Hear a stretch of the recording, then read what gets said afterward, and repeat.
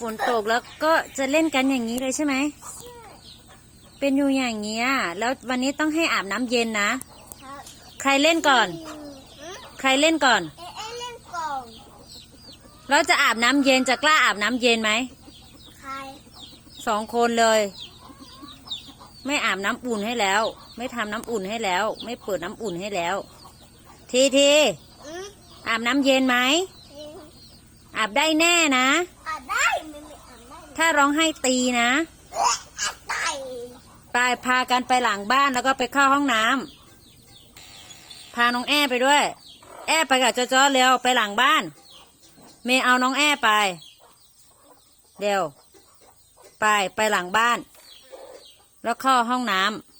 ำทีไปกับจ้อ